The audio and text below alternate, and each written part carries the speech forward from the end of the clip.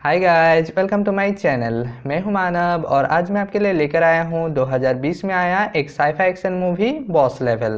Film बहुत ही बढ़िया है और अगर आपको एक्शन मूवीज पसंद है तो आपको इसे डेफिनेटली देखना चाहिए। आई एम श्योर कि आपकी फेवरेट बनने वाला है। टाइम लूप मूवी है पर हम कह सकते हैं कि ये वीडियो गेम पर बेस्ड है, जिसमें आप तब तक मरते रहते हो जब तक आप उस लेवल को कंप्लीट नहीं कर जाते। तो अब इस इंट्रो के साथ चलिए एक्सप्लेनेशन को स्टार्ट करते हैं।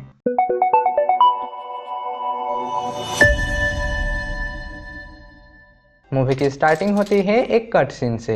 मानो एक फाइटिंग गेम में हमारे हीरो के लिए एक ओपोनेंट मिस्टर गुड मॉर्निंग को सिलेक्ट किया गया हो।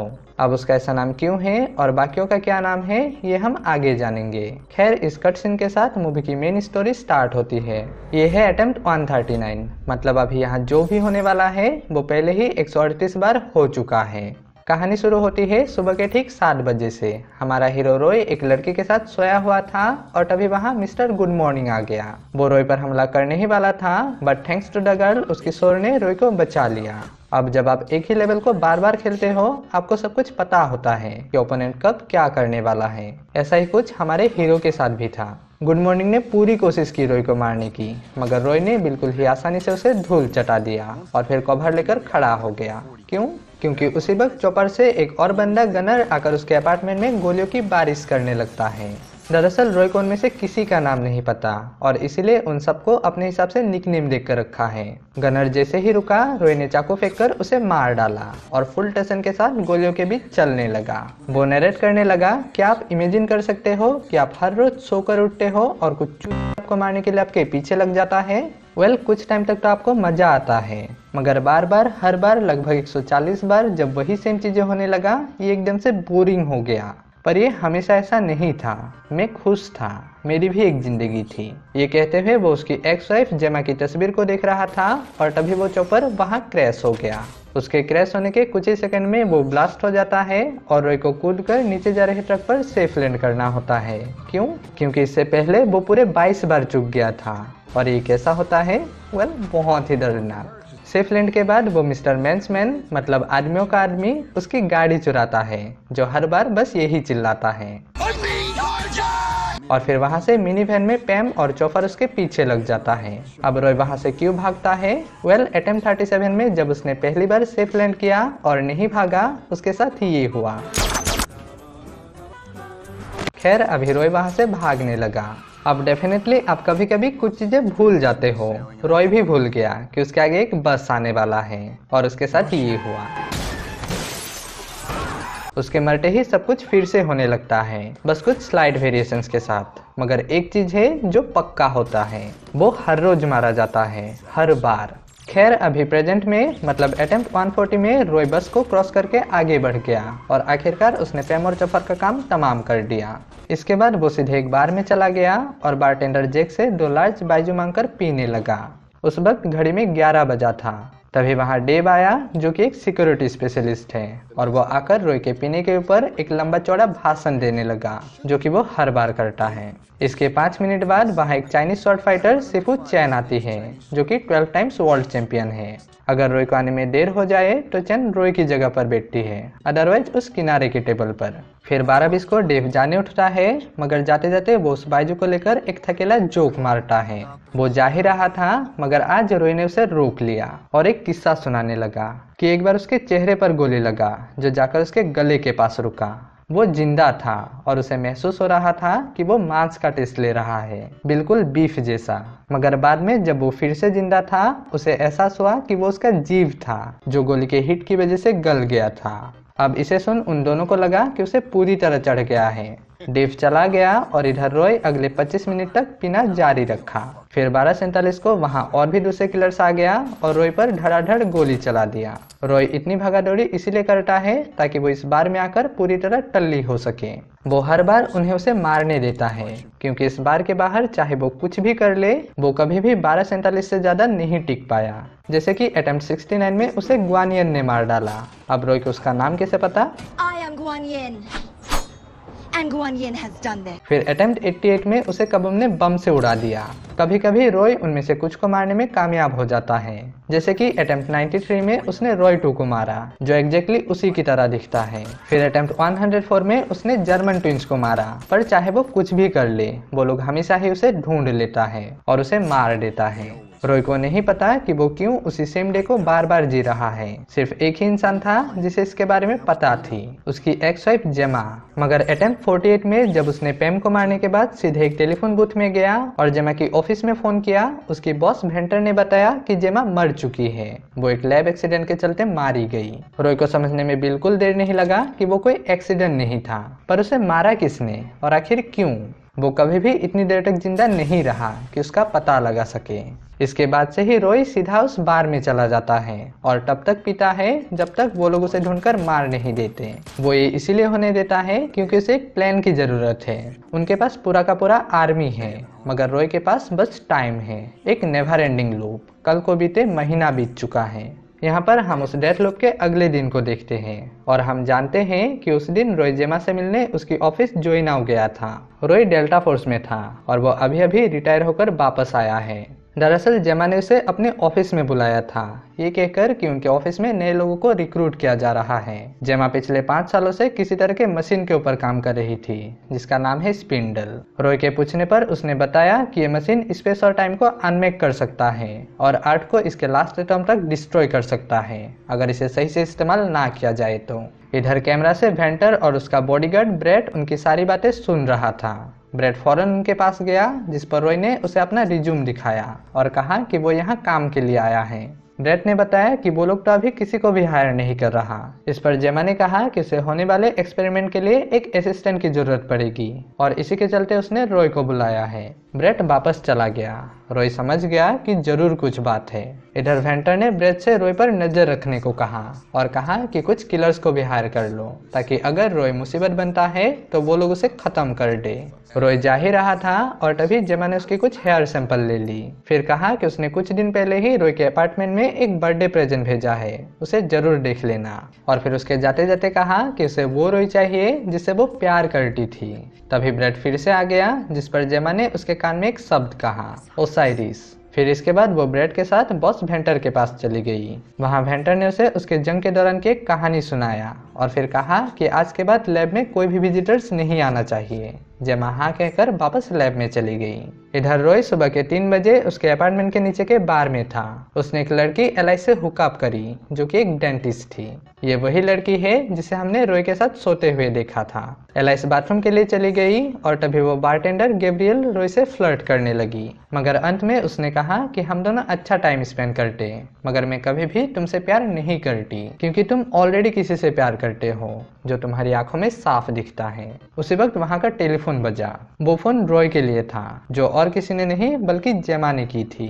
उसने रॉय के सैंपल को किसी तरह के डिवाइस में डाला और फिर कहने लगी कि वो कुछ बड़ा करने जा रही है और अगर कुछ भी होता है तो रॉय को वही करना है जो वो हमेशा से करते आया है। उसके इतना कहते ही इधर वेंटर ने सिग्नल को जैम कर दिया। ये देख जेमा उस डिवाइस को लेकर स्पिंडल के पास चली गई। इधर एलाइस वापस आ गई और रॉय उसे लेकर अपने अपार्टमेंट में चला गया, जहां उन दोनों ने खूब सारी मस्ती की और फिर आखिर में बिस्तर में लेट गया। यहाँ रॉय नरेट करता है कि मुझे जेमा को कॉल बैक करना चाहिए था, पर क्योंकि मैं हॉर्नी और नशे में चूर था मैंने उस पर बिल्कुल ध्यान नहीं दिया और फिर सुबह 7 बजे से ये दिन मेरे लिए इकलौता और आखिरी दिन बन गया। खैर अभी अटेम्प्ट 140 में मरने के बाद फिर से वही सब होने लगा, मगर इस बार कवर लेते वक्त उसे जेमा के उस गिफ्ट के बारे में याद आया। उसके अंदर ग्रीक माइथोलॉजी का एक किताब था, आइसेट एंड ओसाइरिस। उसके आखिरी पन्ने में जेमा ने एक मैसेज लिखा था, time waits for no man, वक्त किसी के लिए नहीं रुकता। उसे पढ़ते हुए वो भूलकर आगे बढ़ गया और गनर ने उस पर बारिश कर दी।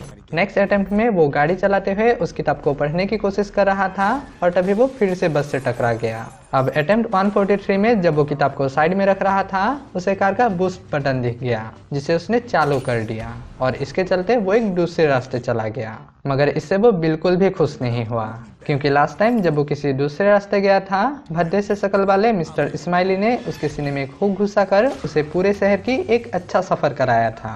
इस बार भी वो मारा गया। अब अटेम्प्ट 144 में वो उस किताब को पढ़ने के लिए अंडरग्राउंड के वीडियो गेम स्टेशन में चला गया। किताब में कुछ खास पॉइंट को मार्क किया गया था जैसे कि ओसाइरिस और आइसिस पति पत्नी था। ओसाइरिस को उसके दुश्मनों ने 14 हिस्सों में काट इजिप्ट के अलग अलग जगह दफना दिया था, एटसेट्रा एटसेट्रा। रॉय को कुछ समझ नहीं आया। उसी वक्त उसकी नज़र जो पर पड़ा, जो एक्चुअली उसका बेटा है, मगर जो ये नहीं जानता। दरअसल जेमा और रॉय उसके छोटे रहते ही अलग हो गया था और इसी वजह से जेमा ने उसे रॉय के बारे में नहीं बताया। जो को लगता है रॉय बस उसकी माँ की एक अच्छा दोस्त है जो स्कूल बंक करके वहाँ वीडियो गेम खेलने आया था।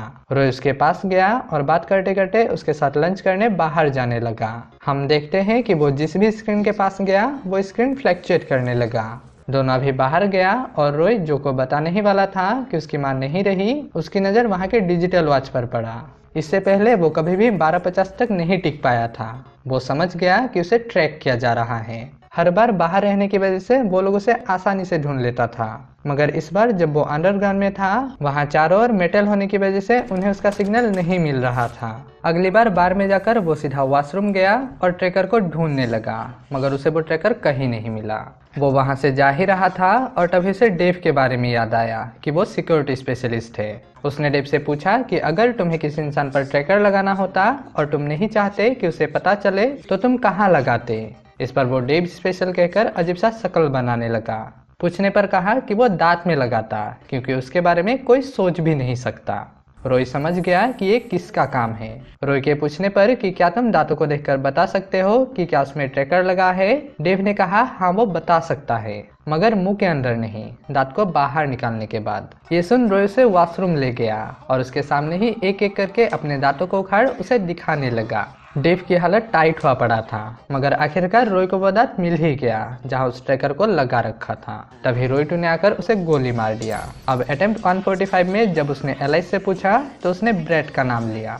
रॉय समझ गया कि इन सब के पीछे वेंटर का ही हाथ है।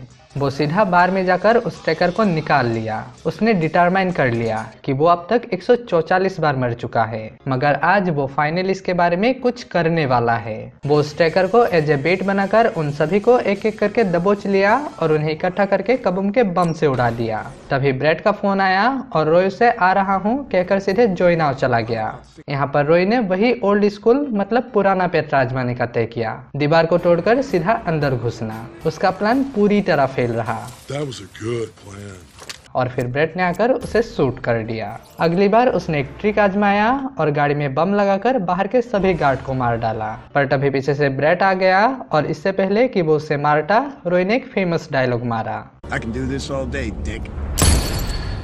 अगली बार जब रॉय टू वहां से निकल रहा था, उसे मारकर रॉय ने उसके आईडी के साथ अंदर चला गया। उसने गेट तो आसानी से पार कर लिया, मगर लिफ्ट में वो पकड़ा गया। कई बार कोशिश करने के बाद वो फाइनली वेंटर के ऑफिस तक पहुंच ही गया, मगर वहां ग्वानियन उसका इंतजार कर रही थी। रॉय के हाथ में बंदूक था, मगर फिर भी वो उसे नहीं मार पाया और ग्वानियन ने उसका सर धड़ से अलग कर दिया। उसने कई बार कोशिश की, मगर हर बार वो फेल रहा। I am Guan Yin, and Guan Yin has done this. तभी एक बार जब ग्वानियन ने उसे घायल कर दिया, तभी वहां वेंटर आया। उसने उसे एक लंबा चौड़ा भाषण दिया और फिर अंत में उसका गला काट दिया। उसके बातों से रॉय को 3 चीजें समझ आया। पहला कि वो वेंटर को खत्म कर देगा, दूसरा कि उस डिवाइस का नाम है ओसाइरिस स्पिंडल, और तीसरा वेंटर नहीं जानता कि ये काम कर रहा है। जेमा ने किसी तरह रॉय को स्पिंडल में डाला, मगर क्यों? उसने फिर से उस किताब को पढ़ा। आइसिस ने ओसाइरिस के सभी हिस्सों को इकट्ठा कर उसे वापस जिंदा कर दिया और ओसाइरिस मौत का स्वामी बन गया। रॉय समझ गया कि इस खेल में वो ओसाइरिस है। जेमा ने उसे स्पिंडल में डाला ताकि वो वेंटर को रोक सके। उसे अभी भी रॉय पर भरोसा था कि वो ये कर सकता है। पैम को मारने के बाद वो सीधे बार में चला गया और उस ट्रैकर को निकालकर डिस्ट्रॉय कर दिया। फिर वो चैन के पास गया और चैन को उसे शॉर्ट फाइट सिखाने की गुजारिश की, क्योंकि उसके बिना वो ग्वानियन को नहीं हरा सकता। चैन ने कहा कि वो उसे सिर्फ एक ही दिन सिखा सकती है, क्योंकि नेक्स्ट मॉर्निंग वो संघाई वापस जा रही है। इस पर रॉय ने कहा कि एक दिन ही उसके लिए काफी होगा। अब अगले 40 दिनों तक वो चैन से शॉर्ट फाइट सीखता रहा, जब तक कि उसने चैन को हरा नहीं दिया। इसके बाद अटेम्प्ट 200 में वो बाकी सबको मार वापस से वेंटर के ऑफिस पहुंचा। ग्वान के साथ उसका फाइट हुआ और रॉय ने बड़ी ही आसानी से उसे मार दिया। तभी ब्रेट और भेंटर आ गया और ब्रेट रोय पर गोली चलाने लगा, पर आखिरकार रोय ने उसके माथे पर तलवार घुसाकर उसे मार डाला। अब वहाँ सिर्फ भेंटर और रोय बचा था। दोनों फाइट करने लगा और अंत में रोय ने उसका गला काट दिया, मगर मरने से पहले उनमें कुछ बातें हुई। भेंटर ने कहा कि उसने स्पिंडल को इसलिए बनाया ताकि वो पास्ट में जितनी भी घटना हुई जैसे कि 9/11, हिटलर, उन सबको रोक सके और एक बेहतर फ्यूचर बना सके। इस पर रोय ने कहा कि पास्ट इसीलिए होता है ताकि हम उससे सीख सके, उसे पीछे छोड़कर आगे बढ़ जाएं। इस पर भेंटर ने कहा, मुझे लगा था तुम मुझसे सहमत होगे, पास्ट में जाकर जेमा के साथ अपनी रिलेशनशिप को ठीक करोगे, अपने बेटे की अच्छी परवरिश करोगे, पर अगर तुम मुझे मारने यहाँ आए हो तो तुम्हारे बेटे को कौन बचा रहा है। अब इसे सुन रोय सीधा उस गेम सेंटर चला गया, पर जब तक वो वहां पहुंचा सब कुछ खत्म हो चुका था, जो मारा गया। रोय रो रहा था और तभी पीछे से एक रोशनी आया। बहुत देर तक एक्टिवेट रहने की वजह से स्पिंडल में रिएक्शन हो गया और कुछ ही पल में पूरी दुनिया खत्म हो गया। इन सब की जिम्मेदार रोय खुद को मानने लगा। वो ना तो एक अच्छा पति बन सका और ना ही एक पिता। अगले कुछ दिनों तक वो खुद को सजा देता रहा, पर आखिरकार उसने तय किया कि इससे कुछ फायदा नहीं। खुद को कोसने से बेहतर है कि वो कुछ अच्छा कर जाए। उसने तय किया कि वो अपना सारा टाइम जो के साथ बिताएगा। हर रोज वो जो से मिलने चला जाता, उसके साथ गेम खेलता, खूब सारी बातें करता और फिर आखिर में दोनों एक बेंच पर बैठा रहता और उसी वक्त दुनिया खत्म हो जाती। बस यही चलता रहता, मगर अटेम्प्ट 249 में कुछ और ही हुआ। रोज की तरह जो ने कहा कि मैं मॉम को बोट सेर पर ले जाना चाहता हूँ। इस पर रोय हमेशा कहता था कि हम इस वीकेंड में जा सकते हैं, मगर आज रोय ने पूछा, क्या तुम्हें पता है तुम्हारी माँ क्या काम करती है। जवाब में जो ने कहा कि वो किसी ओसाइरिस स्पिंडल पर काम कर रही है, मगर वो इसके बारे में बात नहीं करती। कहती है कि अगर इसे सही से इस्तेमाल ना किया जाए तो पूरी दुनिया खत्म हो सकती है। इसके साथ ही जो ने ये भी कहा कि आज सुबह मॉम ने मुझे फोन किया और कहा कि अगर कुछ भी होता है तो मैं तुम्हारे पास आऊं। इसे सुन रोय ने जो का फोन चेक किया और उसे पता चला कि जब वो सुबह उठा था तब तक जेमा जिंदा थी। अब इसे जानने के बाद अगली अटेम्प्ट में वो वापस जोइनाव चला गया, जहां रिकॉर्डिंग से उसे पता चला कि उसके उठने के 14 मिनट तक जेमा जिंदा थी और फिर ब्रेट ने उसे मार डाला। इसका मतलब वो अभी भी जेमा को बचा सकता है। उसने खुद को शूट कर लिया। अब इस फाइनल अटेम्प्ट में मिस्टर गुड मॉर्निंग को मारने के बाद वो उस चॉपर में कूद गया और गनर को मारने के बाद सीधा जोइनाव चला गया। अंदर जाने के बाद उसने देखा कि सभी किलर्स लिफ्ट से ऊपर आ रहा है। वो लोग जैसे ही दरवाजे के पास आया, रोय ने मिनीगन से उन सब पर गोलियों की बारिश कर दिया और एक बार में ही उन सब का काम तमाम कर दिया। अभी सबको मारते हुए वो सीधा लैब की तरफ बढ़ा। वहाँ ब्रेट जेमा को मारने ही वाला था, मगर तभी रोय आकर उसे और भेंटर को खत्म कर दिया। रोय को देख जेमा बहुत खुश हुई, पर क्योंकि उन्हें स्पिंडल को रोकना था वो उसे स्पिंडल के पास ले गई। रोय ने पूछा कि इसे कैसे रोक सकते हैं। इस पर जेमा ने कहा कि मैंने तुम्हें इस स्पिंडल की वो आखिरी कड़ी बनाई जिसके बिना कोई भी इसे चला नहीं पाता, और इसे रोकने के लिए तुम्हें इसके अंदर इसके कोर के पास जाना होगा। दोनों ने आखिरी बार किस किया और फिर रोय स्पिंडल के अंदर चला गया। कुछ ही पल में शटडाउन प्रोसेस स्टार्ट हो गया और इसके साथ ही मूवी यहाँ पर डी एंड हो गया। तो एक्सप्लेनेशन कैसा लगा इसे कमेंट में ज़रूर बताइए, और जाते जाते वीडियो को लाइक और चैनल को सब्सक्राइब भी करते जाइए। मिलते हैं अगले वीडियो में। So take care and bye.